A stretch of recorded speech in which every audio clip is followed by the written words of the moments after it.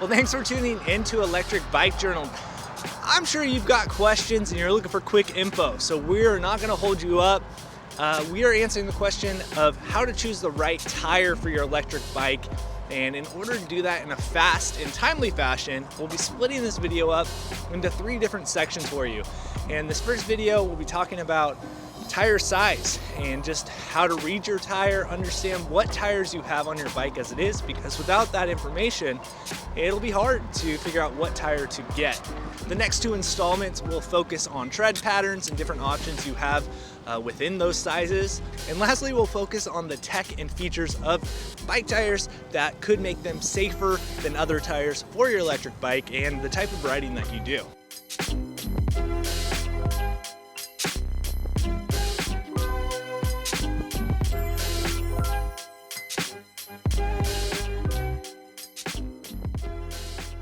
Well, before we get into it, we just want to thank our partners over at Schwalbe Tires for helping support us this last year as we talk about tech and, of course, bike tires, because that's something that they are, well, really good at. Of course, I'll be referencing some of their tires in this video as we talk about choosing the right tire for your electric bike. Well, in choosing the right tire, the first place to start is understanding what size tire do you have already on your bike. We'll assume that for most of you, the tires that are on your bike are the tires that came with it and they are wore out and you're looking for new ones, or maybe you're just curious about what's out there and starting to do that research and planning in order to choose your next tire. Now, there are 2 ways to figure out what tires are on your bike, the first of which are the digital way. Go to the website of the bike. So if you have an Orbea like this, you go to orbea.com, look up your bike, and it'll have the specs of that bike. And included in those specs would be what tires came with it, what size they are, and probably some information about the wheels themselves, which is valid information necessary and something you should keep on hand. The second of which is the analog way, and probably you're in the garage looking at your tire right now and just trying to get to that info. On the side of the tire, if you look, there'll be a series of numbers, and I'll show you what those look like here. The first of which will be the ISO number, or the ETRTO number. We can get really descriptive on this, but essentially the first 2 numbers there are the width of the tire, and the second set of numbers refers to the diameter of the wheel, and that'll just be your reference for what size tire is actually on there.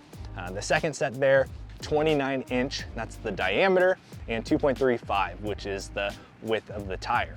Well, those numbers are just a reference, and those are specific to this bike and other bikes like it that would have that same tire. There's a good chance that the numbers on your tire are different. To expand onto those numbers, the ETRTO number, that is a width and diameter, and that's a very precise measurement that is an industry standard across all tire manufacturers globally. It's a very technical way of understanding what size tire you have on your bike.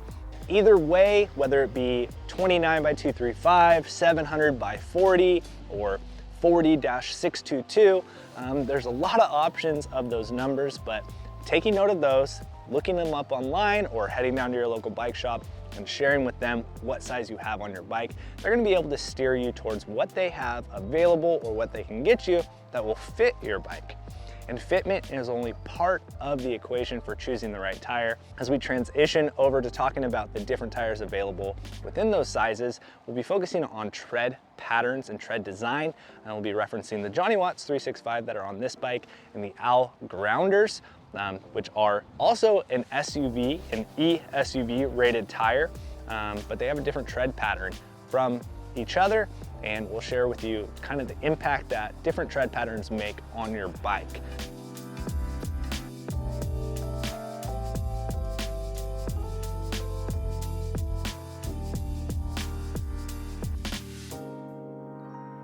So take note of the numbers that are on the side of the tire, and if you really want to get into it, you can go to the website, like I said, and search your bike and find out if that is the original tire that came with it, if it's the right size. Well, these numbers will tell you what size tires are on your bike already, and these are the ones that you're going to use to go online and search for new options, or head down to a bike shop and share with them what size you have, and they'll definitely be steering you towards what options that they have in store and what they can get you. And that's great for finding a direct replacement.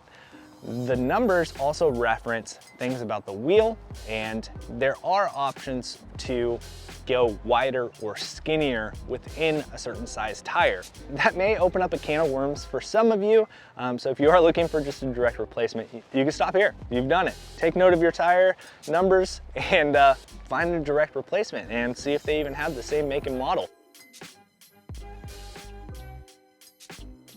For the more curious folks out there that are looking to find something to change the performance and experience of their bike, generally it's going wider to a larger tire, more volume. It might make it more comfortable, but you can only go so wide without having other things come into factor.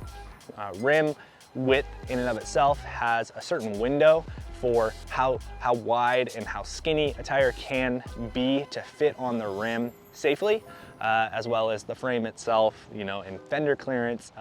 Details like that will all come into play when choosing the width of your tire, especially if you're choosing to go wider.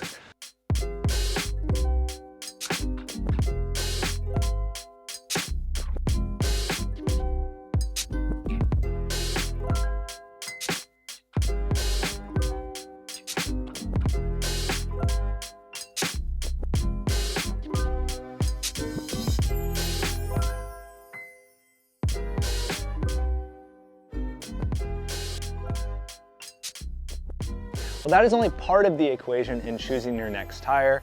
And as I mentioned, if you're looking to get a direct replacement, make, model, and reference those numbers, you're gonna find that same tire likely and just be able to order that or have a shop order it for you and you can pick it up later. If you're looking to change tires, change tread pattern, try to get a different performance experience out of your bike, stay tuned for the next video in this series where we talk about tread patterns. We'll be comparing the Johnny Watts 365 and the Owl Grounder. Both of these are eSUV rated tires from Schwalbe that definitely have an impact on the performance and experience of riding this bike based on the environment. Well, thank you for watching, and hopefully that information was helpful. Again, this is just part of the process for choosing the right tire for your bike, understanding what size you already have.